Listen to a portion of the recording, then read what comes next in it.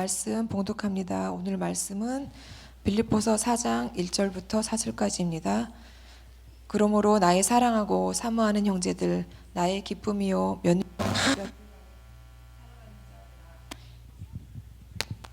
같이 주 안에 서라. 유오디아를 권하고 순두개를 권하노니 주 안에서 같은 마음을 품으라. 또 참으로 나와 멍에를 같이 앉아 내게 구하노니 복음에 나와 함께 힘쓰던 저 부녀들을 돕고 또한 글레멘드와 그 외에 나의 동역자들을 도우라. 그 이름들이 생명책에 있느니라. 주 안에서 항상 기뻐하라. 내가 다시 말하노니 기뻐하라. 아멘. 우리 한번 따라할까요? 삽시다. 어떻게 해요? 기쁨으로 삽시다. 우리 삽시다라는 주제 가지고 함께 은혜를 나누는 귀한 시간 가지겠는데, 우리 허재석 전사님이 그동안 얼마나 많은 일을 했는지 지금 마음과 또 몸소 그것을 깨닫고 있습니다. 혼자 얼마나 바쁘게 지금 봉사하고 또 선교했는지 이 자리를 위해서 감사한 마음을 좀 전하고, 제가 조금 서툴더라도 여러분 이해하시고, 혼자서 리모트 컨트롤하고 뭐 이렇게 하려고 하다 보니까 많이 바쁩니다. 그렇죠? 네. 여러분들 기도와 또 성원 덕분에 영국 집회 무사히 잘 마치고 저희가 건강한 모습으로 돌아왔습니다. 그곳에 가서 많은 도전을 받고 또 많은 눈물을 흘리고 함께 예배를 세우면서 또한 이 하나님의 은혜를 너무 많이 체험했던 것 같아요. 여러분들께도 말씀드렸듯이 요번에 가서 이렇게 집회를 하게 된 교회 담임 목사님이요, 세상의 어떤 이력이나 또 세상의 기준으로 따지면 정말 뒤지지 않는 분이세요. 왜냐하면 한국에서는 명문대학 중에 한 대학을 고려대학교라고 있는데, 거기에 학사와 석사를 마치시고 그리고 신학을 공부하신 이후에 예일대학에 가서 또 공부를 하시고, 그리고 석학들만 모인다는 옥스퍼드 대학에서 PhD 박사학위를 받으신 분이세요. 근데 한국에서 많은 이렇게 권면과 함께 그분을 모시고 가려고 했지만, 그분이 그 옥스퍼드에 모여 있는 그 한 영혼 때문에 떠나지 못하고 졸업한 이후에 거기서 교회를 개척하고 한 영혼을 붙들고 길거리에 나가서 전도하면서 그렇게 한갑을 훨씬 뛰어넘은 그런 모습으로 계시는 것을 보게 됩니다. 그리고 이야기를 들으니까 이 옥스퍼드 대학으로 유학을 온 사람들은 한국에 돌아가면 아주 귀한 자리들을 이렇게 차지하고 있다 보니까 그들을 변화시키면 한국 사회를 변화시키고 사람들을 변화시키고 또 교회를 변화시키고 그 사명을 감당하고 있다는 거예요. 이 얼마나 많은 도전이 되었는지 모르는데, 하나님께서 틀림없이 저와 여러분들을 이곳 알링턴 사랑의 빚진 교회로 보내셨습니다. 그리고 우리의 생애 가운데 이 귀한 교회 또 성도님들을 만나게 하시고 또 한 식구로 이렇게 지낼 수 있도록 인도하신 것은 우연이 아닙니다. 아멘. 틀림없이 저와 여러분들에게 사명이 있음을 우리는 깨닫고, 그 사명을 우리가 정말 가슴으로 품고 함께 교회를 세워나가고 또 주님의 나라를 세워나가고 또 복음을 전하고, 아멘. 그렇게 우리 함께 달려갈 수 있는 복된 저와 여러분 되시기를 주님의 이름으로 간절히 부탁드립니다. 오늘 그리고 하나님의 은혜 가운데 이 말씀이 풍성히 여러분들의 심령 가운데 젖어들어서 또 하늘의 비밀을 깨닫고 또 이 땅에서 하나님이 주시는 기쁨으로 승리하면서 살겠습니다 라는 그런 이 고백이 또한 저와 여러분들의 심령 가운데 임하기를 간절히 바랍니다.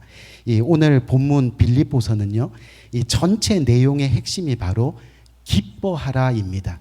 빌립보서 1장에서 끝까지 우리가 읽을 때 그 전체 내용이 바로 기뻐하라라는 그런 이야기입니다. 이게 무슨 뜻이냐면, 이 빌립보 교회에 심각한 문제가 생겼는데 바로 그 문제가 빌립보 성도들이 지금 기뻐하지 못하고 있다는 그런 이야기입니다. 이 빌립보서는 바로 빌립보 성도들에게 보내어지는 하나님의 이 마음인데, 주님께서 빌립보서를 통틀어서 기뻐하라 기뻐하라 그렇게 보내시는 겁니다. 그 이유가 뭐냐면 지금 빌립보 성도들이 주님을 믿고 예배하는 가운데 있다 하지만은 기뻐하지 못합니다. 기쁨을 잃어버렸습니다. 아니, 기쁨을 모조리 빼앗겼습니다. 그렇다면 오늘 저와 여러분들이 깊게 생각해 볼 문제가 뭐냐면 이 왜 빌립보 성도들이 그렇게 초대교회에서 정말 부흥의 역사를 일으켰던 이 빌립보 교회 성도들이 지금 현재는 기쁨을 빼앗기고 또 기쁨을 잃어버리고 그렇게 우울하게 살아가고 있는가라는 그 원인을 한번 생각해 볼 필요가 있다는 겁니다. 여러분, 우리가 일상적으로 기쁨을 잃어버리는 이유는요, 크게 두 가지가 있다고 하는데, 일반적으로 첫 번째는 뭐냐면 자신의 신변에 어떤 문제가 생겼을 때 우리들은 기쁨을 잃어버린다고 합니다. 예를 한번 들어볼까요? 만약에 자신의 신변 가운데 어떤 게 있을까요? 자신이나 또는 나의 가족들 가운데 몸이 아프거나 또 정말 병이 걸려 있거나 이럴 때 자연스럽게 사람들은 기쁨을 잃어간다고 합니다. 또 직장을 잃거나 또 우리가 가장 소중히 여기는 귀한 것을 잃어버렸을 때도 우리는 기쁨을 잃어버릴 수가 있다는 거죠. 시험에 떨어지는 것은 어떻습니까? 또 생활비가 떨어져서 정말로 먹을 것을 걱정해야 될 때 우리는 기쁨을 잃어버릴 수도 있습니다. 사업이 잘 안 될 때도 기쁨을 잃어버릴 수 있겠죠. 자녀들이 잘 안 풀릴 때도 마찬가지입니다. 이런 경우에 일반적으로 기쁨을 잃는다고 이야기합니다. 또 다른 하나는 가장 큰 것 중에 하나인데 바로 인간관계에 문제가 있는 경우에 우리는 기쁨을 잃어버릴 수 있다고 합니다. 우리가 아무리 건강해도요, 또 자녀들이 또 잘 되고 또 물질적으로도 여유가 있다 해도 인간관계가 어긋나기 시작하면 우리들의 삶 속에는 기쁨이 하나 둘씩 사라지기 마련이라는 거죠. 예를 들어서 가족 간에 불화가 생겼을 때, 가족도 인간관계입니다. 그렇죠? 남편과 아내의 불화가 생겼습니다. 자식들 간에도 불화가 생겼습니다. 그럴 때 우리는 기쁨을 잃어버리게 됩니다. 또 친구는 어떻습니까?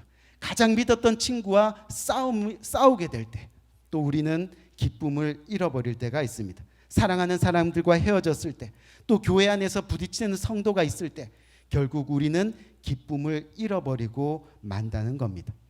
그런데 오늘 지금 이 빌립보 교회가 기뻐하지 못하는 이유 중에 하나가 바로 두 번째의 경우입니다.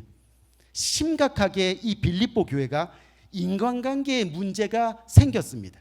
그래서 지금 서로 기쁨을 잃어가고 있다는 그런 이야기입니다. 여러분, 이 빌립보 교회도요, 당시 거의 모든 초대 교회가 그랬듯이 예수 믿는다는 이유로 외부적으로 핍박을 엄청 많이 받았던 교회 중에 하나입니다. 그런데 이 빌립보 교회는요, 이 신앙적으로 영적으로 성숙해 있었습니다. 그래서 사실 외부에서 오는 그런 핍박은 별로 문제가 되지 않았던 겁니다. 그런데 신앙적으로 그것을 지키는 그 과정 가운데 문제가 발생하기 시작합니다. 어떤 문제냐면 빌립보 교회를 신앙적으로 이끌어가던, 넘겨졌나요? 네, 오케이. 신앙적으로 이끌어가던 이 유오디아와 순두계, 오늘 말씀 가운데 나오죠, 그렇죠? 2절 말씀에 이 유오디아와 순두계라고 하는 두 명의 여자 집사님들이 있었는데 이 둘을 중심으로 인간관계가 분열되기 시작하는 겁니다. 어떻게 분열되냐 하면 한 그룹은 유오디아 편에 서서 자기들의 신앙이 옳다고 주장을 하는 겁니다. 또 한 그룹은 순두계의 편에 서서 자신들의 신앙이 옳다고 주장하는 겁니다. 그러다 보니 교회 안에서 어떤 일이 생겨요? 자꾸 다툼이 일어나게 되는 거죠. 그러다 보니 서로가 불편한 마음으로 예배를 드리고 불편한 마음으로 신앙생활을 하게 됩니다. 또 그러다 보니 어느 순간 성도들의 얼굴에 웃음이 사라지고 결국은 빌립보 교회 전체의 기쁨이 사라지기 시작했다는 거죠. 여러분, 사실 화기애애한 분위기에서 신앙생활을 해도 어떻습니까? 늘 문제가 있기 마련입니다. 그런데 지금 빌립보 교회는 어떤 상황이냐고요? 만나면 서로 얼굴을 붉히고 만나면 외면하고, 그러니까 어떻게 신앙생활을 할 수 있겠냐는 겁니다. 쉽게 말해서 지금 빌립보 성도들은요, 기뻐하고 싶어도 기뻐할 수 없는 그런 상황입니다. 그래서 하나님은 이 사도 바울을 통해서 빌립보 성도들에게 기뻐하라라고 오늘 말씀을 통하여 이 권면하고 있는 거죠. 그래서요, 오늘 본문 4절 말씀을 보니까 뭐라고 되어 있어요? 주 안에서 항상 기뻐하라. 내가 다시 말하노니 기뻐하라. 그렇게 2번 연달아서 기쁨을 회복해야 된다고 주님께서 명령하고 있는 겁니다. 그러면서 교회와 성도들이 기쁨을 회복하기 위해서 해야 될 구체적인 방법들을 오늘 본문은 저와 여러분들에게 소개하고 있는데, 그 첫 번째가 어떤 거예요? 바로 본문 2절 말씀에 나옵니다. 내가 유오디아를 권하고 순두개를 권하노니 주 안에서 같은 마음을 품으라 라고 이야기합니다. 좀 전에 말씀했듯이 유오디아와 순두개가요, 각자 다른 마음을 가지고 신앙의 편에 서서 서로 자기 신앙이 옳다고 막 싸우고 있는 상황입니다. 그때 주님께서 뭐라고 말씀하신다고요? 너희가 주 안에서 똑같은 마음을 품어야 한다라고 구체적인 이 기쁨을 회복하는 구체적인 방법을 제시하고 계시는 겁니다.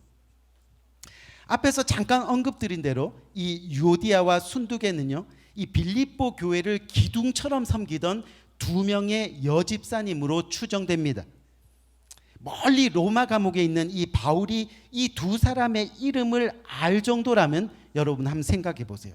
이 2사람이 얼마나 이 빌립보 교회에 영향력이 있는 여성 직분자들이었는가를 우리는 쉽게 알 수 있겠죠. 그런데 이 2사람이 지금 심각하게 신앙적인 갈등으로 대립을 하고 있는 겁니다. 그리고 이 2사람의 신앙 갈등이 빌립보 교회 자체를 지금 흔들어 놓고 있다는 겁니다. 또 어떻게 보면 빌립보 교회 성도들이요, 이 갈등에 휘말렸다는 것은 무슨 이야기입니까? 그들이 믿음이 있었던 것 같았는데 결국 뚜껑을 열어보니까 어떤 거예요?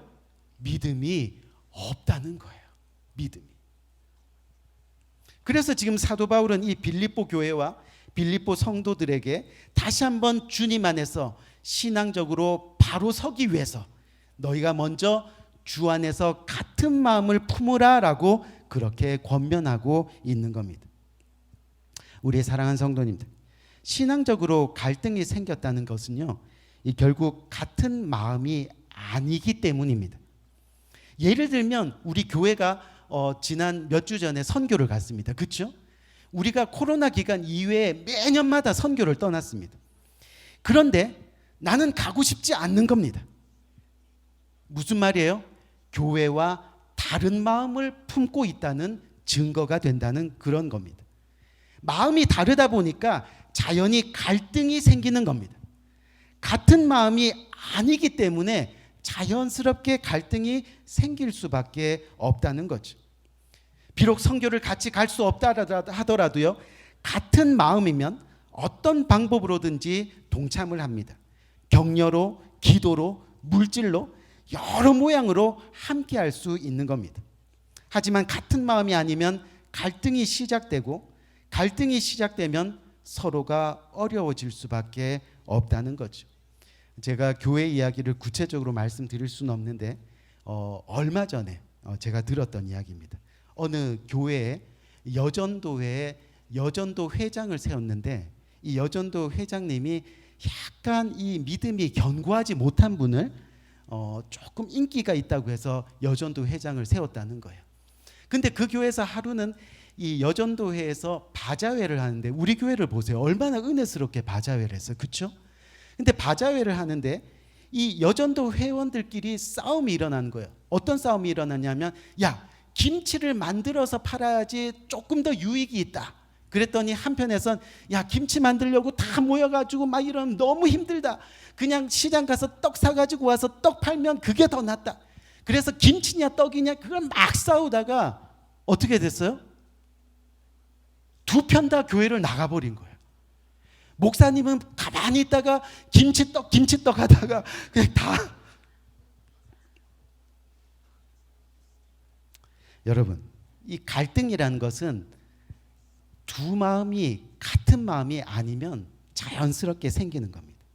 근데 여러분 제가 한번 말씀드린 대로 이 갈등이란 말이 어떤 말인지 잘 아시잖아요. 인간관계에서 서로 다른 마음으로 대립하는 상황을 표현하는 게 바로 갈등입니다. 그런데 이 원래 갈등이라는 이 단어는 한번 보세요. 이 갈이라는 것은 칡나무를 뜻하는 겁니다.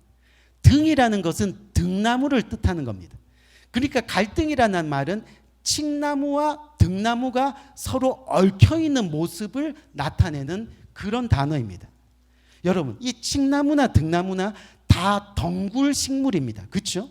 이 나무를 감아서 이렇게 오르는 습성이 있는데 참 신기한 게 뭐냐면 이 칡은요 왼쪽으로 감아서 올라가는 습성이 있고 이 등나무는 오른쪽으로 감아서 올라가는 습성이 있다고 합니다.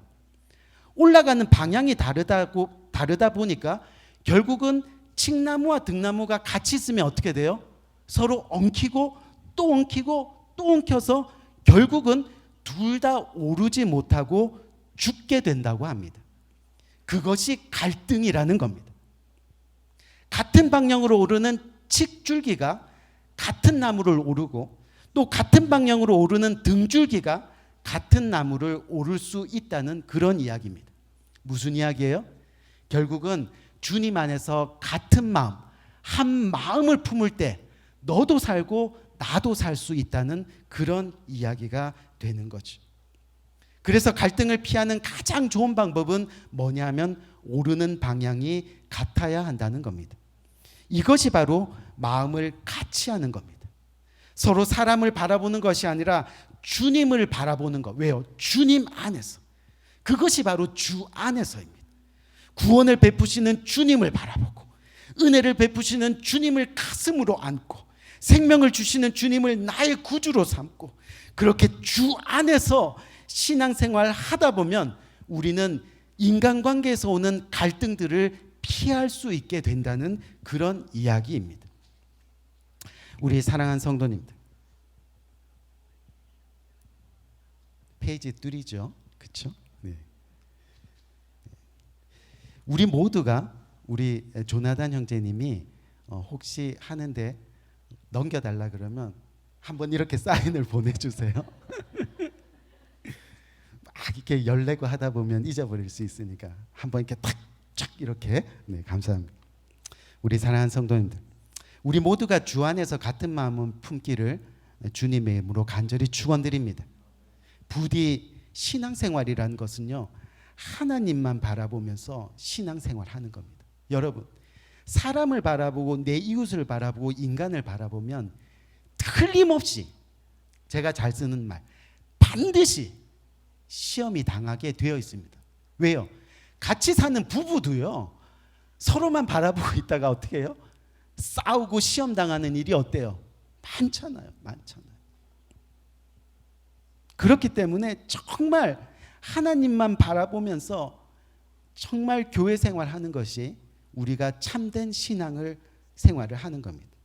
자꾸 저 이름처럼요 기웃기웃거리면서 여기 기웃 또 저기 기웃 또 세상 기웃, 웃음 포인트인데 안 웃으시던데. 이 기웃거리다 보면 인간관계만 계속해서 갈등이 생기고 결국은 신앙생활에서 기쁨이 사라지게 되어 있는 겁니다. 기쁨이 사라지다 보면 결과는 어떻습니까? 뻔한 겁니다. 교회를 자연스럽게 떠나게 됩니다. 사람 때문에 상처받은 것, 이 갈등이 이 안에 있으면요 이 교회를 떠났다고 해서 다른 교회에 갈 용기도 생겨나지 않는 겁니다. 그렇기 때문에 하나님만을 붙드는 것. 하나님. 그것이 참된 신앙생활이에요. 우리 두 번째로 한번 살펴봅시다. 두 번째로 이 교회와 성도들이 다시 한번 기쁨을 회복하기 위해서 해야 될 구체적인 방법은 오늘 본문에 보니까 5절 말씀, 오늘 본문 다음 절에 5절이 있는데 그 5절 말씀에 보니까 뭐라고 되어 있느냐 하면 뭐라고 되어 있어요? 너희 관용을 모든 사람에게 알게 하라. 주께서 가까우시리라 이렇게 말씀하고 있습니다. 여러분, 앞에서 말씀드린 대로 이 빌립보 교회 성도들이요 기쁨을 잃어버린 이유 중에 하나가 뭐라 그랬어요? 인간관계 문제 때문이라고 했습니다. 결국 같은 마음을 품지 못했기 때문입니다.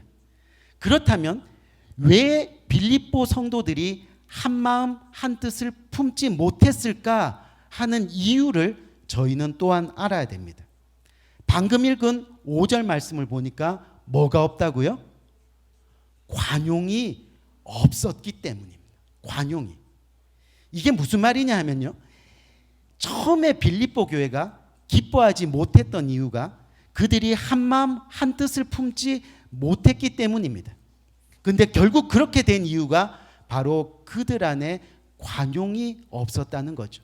바로 서로 너그럽게 용서하고 서로 너그럽게 받아들이는 마음이 없었다는 그런 이야기입니다. 즉 상대방이 나에게 어떤 잘못을 했을 때요, 넓은 마음으로 이해심을 발휘해서 그래, 그럴 수 있어 하고 용서하고 또 그 상황을 받아들이는 것이 관용인데, 예수 그리스도를 믿는 그 믿음 안에서 우리가 관용을 바라보지 못하기 때문에 인간과에서 부딪히는 문제들을 쉽게 해결할 수가 없다는 거죠. 그러다 보니 너도 아프고 나도 아프고.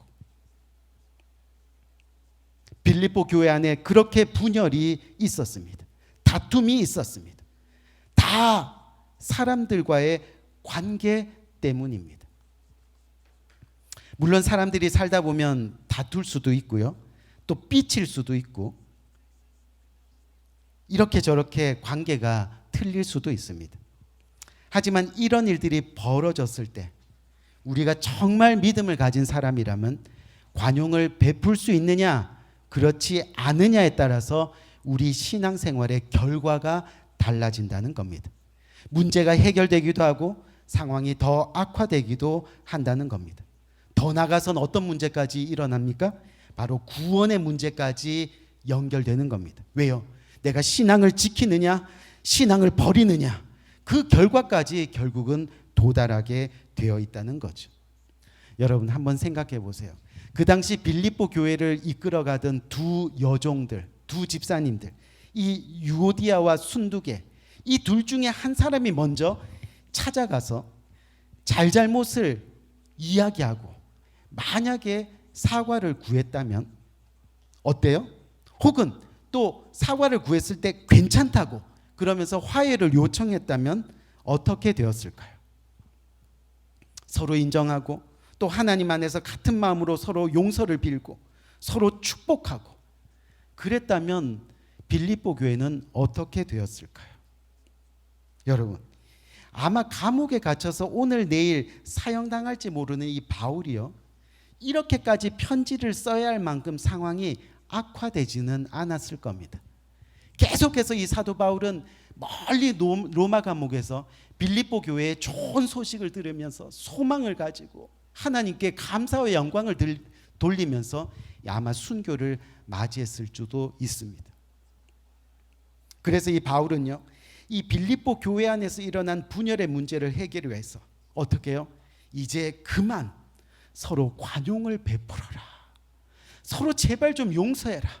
서로를 좀 받아들여라. 그렇게 말씀하고 있는 겁니다. 예수님이 우리의 죄를 용서하시고 대신 십자가를 지신 것처럼 그렇게 관용하라고요. 그렇게 용서하라고요. 그렇게 받아들이라고요. 그러다 보면 어떻게 해요? 기쁨이 저절로 회복되게 되어 있다는 겁니다. 여러분, 아마도 2002년 하면 뭐가 생각납니까, 여러분? 대한민국 따잔 짜잔 짠, 그렇죠? 이것도 녹화되는 거죠. 오버하지 말아야죠, 그렇죠? 이 2002년 하면 대한민국 이 월드컵이 기억나실 겁니다. 그때 거리 응원, 그렇죠? 사람들이 막 다 쏟아져서 거리 응원하는 게 유행이었는데 2002년 당시에 경찰이 가장 바쁘게 사건 사고를 해결해야 됐던 그 사건 사고가 여러분 뭔지 아십니까? 자동차 파손 사고였다는 거예요. 기록을 보니까 모든 사람들이 다 거리 응원으로 나가가지고 대한민국 하면서 응원하다가요, 흥분하니까 어떻게 해요? 막 백밀러도 막 부수고 그다음 차 위에 올라가서 막 대한민국 뛰기도 하다 보니까 차가 파손을 너무 당했다는 거예요. 그런데 너무나 신기한 통계는 뭐냐면 대부분의 차 주인들이요 그냥 넘어갔다는 거예요. 왜요? 우리나라가 자꾸 이기니까.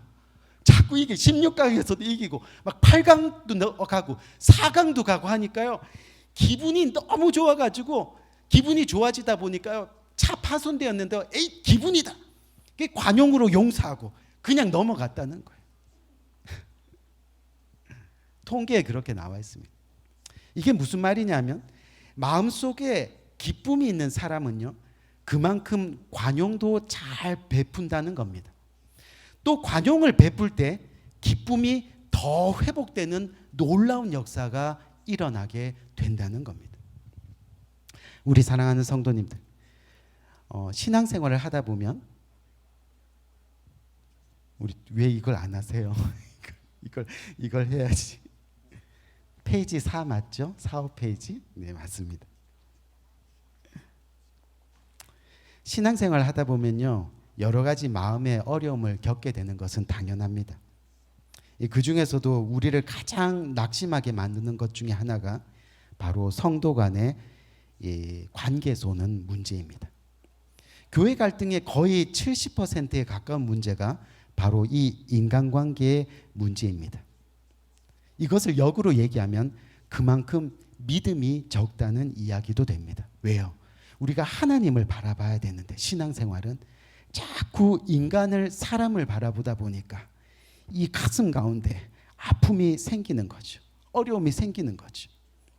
하지만 이것만큼 신앙생활의 기쁨을 빼앗아가는 것도 없다는 것을 우리는 늘 기억하면서 이 문제를 잘 해결만 하면 지금보다 훨씬 더 기쁘게 우리는 신앙생활 할 수 있다는 것을 날마다 기억해야 한다는 거죠. 그래서 우리가 인간관계에서 갈등이 생길 때마다 관용을 베풀라 그랬지. 괜찮아요. 그렇죠? 그것이 신앙생활 가운데 우리가 습관이 돼야 하는 거죠. 바라기는 여러분들에게 여러 번 말씀드렸지만 저는 수술하고 난 후에 깨달은 것이 있습니다. 그게 뭐냐 하면 바로 주 안에서 어제보다 오늘을 더 행복하게 살 수 있도록 노력하는 겁니다. 수술한 지가 이제 1년이 다 되어 가는데 열심히 노력해도 잘 되지는 않습니다. 왜냐하면 목사인 저희 집안도요 싸울 때가 있습니다. 물론 치고받고 싸우진 않죠. 그냥 이렇게 부드러운 말로 부드러운 말로 의견이 대립될 때가 많이 있습니다. 하지만 그때마다 다시 한번 되새기곤 합니다. 왜요? 어제보다 오늘을 더 행복하게. 왜? 언제 죽을지 모르는 목숨이니까. 하나님이 오늘 당장 데려가도 오늘 이 순간만큼은 어제보다 더 행복하게. 아멘. 그렇게 노력하면서 살아가기로 저는 결단했습니다. 그렇기 때문에요. 우리 사랑하는 성도님들, 정말로 우리가 어제보다 오늘을 더 행복하게 살기 위해서는 우리의 심령 가운데 하나님의 마음을 품고 그리고 서로 관용하고 서로 용서하는 마음으로 살아가면 우리의 기쁨을 세상 가운데 빼앗기지 않을 줄 저는 믿습니다. 그래서 저는 매일 기도하기는 여러분 모두가 그렇게 어제보다 오늘을 더 기쁘게 신앙생활 하기를 바라는 겁니다. 그래서 매일 정말 여러분들 이름 한 사람 한 사람을 놓고 저는 기도합니다. 우리 성도님들 구원에 이르는 그날까지 반드시 구원을 이루고 정말로 오늘이 어제보다는 더 행복하게 주님 안에서 살아갈 수 있도록 그렇게 기도를 하는 거죠. 어느 동화에서 나온 이야기인데 어느 동화는 아니고 히랍 신화에 나오는 한 이야기입니다. 근데 이 이야기가 무슨 이야기냐면 어떤 한 여인이 배를 타고 호수를 건너려고 했습니다. 그때 이 뱃사공이 호수를 건너기 전에 이 호수물을 마시고 건너가지 않겠습니까? 라고 그렇게 뜬금없이 제안을 하는 겁니다. 그래서 이 물을 마시면 어떻게 되나요? 라고 이 여인이 물으니까 그 물을 마시고 이 호수를 지나가게 되면 지난날에 괴로웠던 일들이 모두 기억 속에서 사라지게 됩니다. 라고 그랬더니 그거 잘 됐군요. 제가 물을 기꺼이 마시고 출발하겠습니다 하고 이제 이 여인이 물을 마시려고 하는데 그때 이 벳사공이 또 한 가지 이야기를 합니다. 어떤 이야기를 하느냐 하면 하지만 한 가지 명심할 것은 과거의 괴로운 일뿐 아니라 과거에 기뻤던 추억, 즐거웠던 추억, 행복했던 추억도 모두 기억 속에서 잊혀지게 됩니다 라고 그렇게 벳사공이 말했습니다. 그 얘기를 들은 이 여인이 잠시 망설이다가 그럼 물을 마시지 않겠습니다 하고 이야기는 끝납니다. 여러분 무슨 말입니까? 인생의 기쁨의 무게는요, 우리 인생에서 당하는 슬픔과 괴로움의 무게와는 비교할 수 없을 만큼 아름답고 가치 있고 존귀한 겁니다. 아멘. 그래서 우리는 절대로 기쁨을 빼앗겨서는 안 됩니다. 기쁘게 살아가야 하는 겁니다. 우리 인생에 어려움이 없을 수는 없고 또 괴로운 일이 안 생길 수는 없지만 이 무엇보다 중요한 것은 그런 상황에서도 기쁨을 잃지 않도록 우리가 노력해야 한다는 거죠. 이 불필요한 갈등 때문에 주님께서 생명으로 주신 이 인생을 허비하지 말고 기뻐하라. 다시 말하노니 주 안에서 기뻐하라 라고 그렇게 우리는 주님의 권면을 받아들일 필요가 있는 겁니다.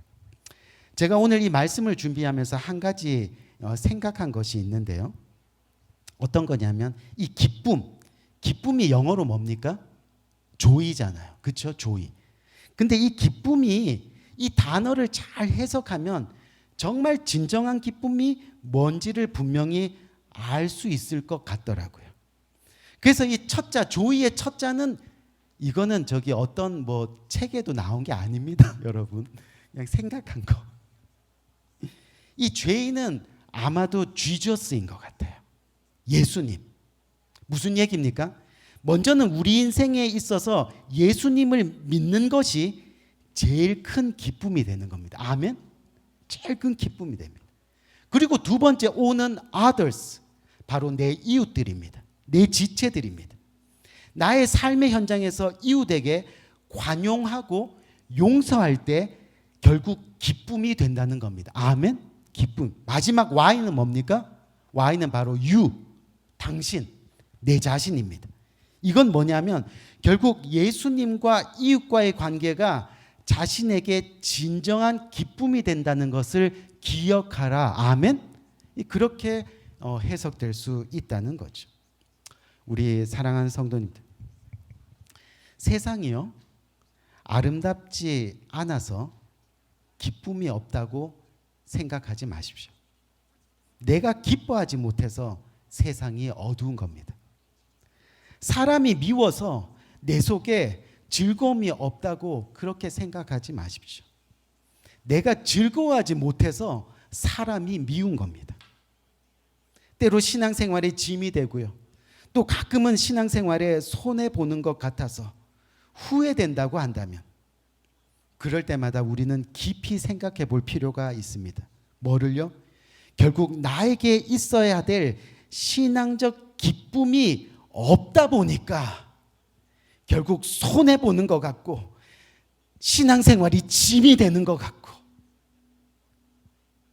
바라기는 오늘 말씀에서 본 것처럼 주 안에서 같은 마음을 품고 즉 구원을 품고 생명을 품고 천국을 품고 그렇게 신앙생활 하시는 저와 여러분 되시기를 주님의 이름으로 간절히 축원드립니다. 그리고 우리 삶 속에서 관용으로 서로를 용서하고 받아들이는 노력으로 주 안에서 항상 기뻐하라. 내가 다시 말하노니 기뻐하라. 그 주님의 말씀을 지키며 실천하며 그렇게 세상의 기쁨을 빼앗기지 않는 우리 모두가 되기를 주님의 이름으로 간절히 축원드립니다. 우리 한번 기도할까요?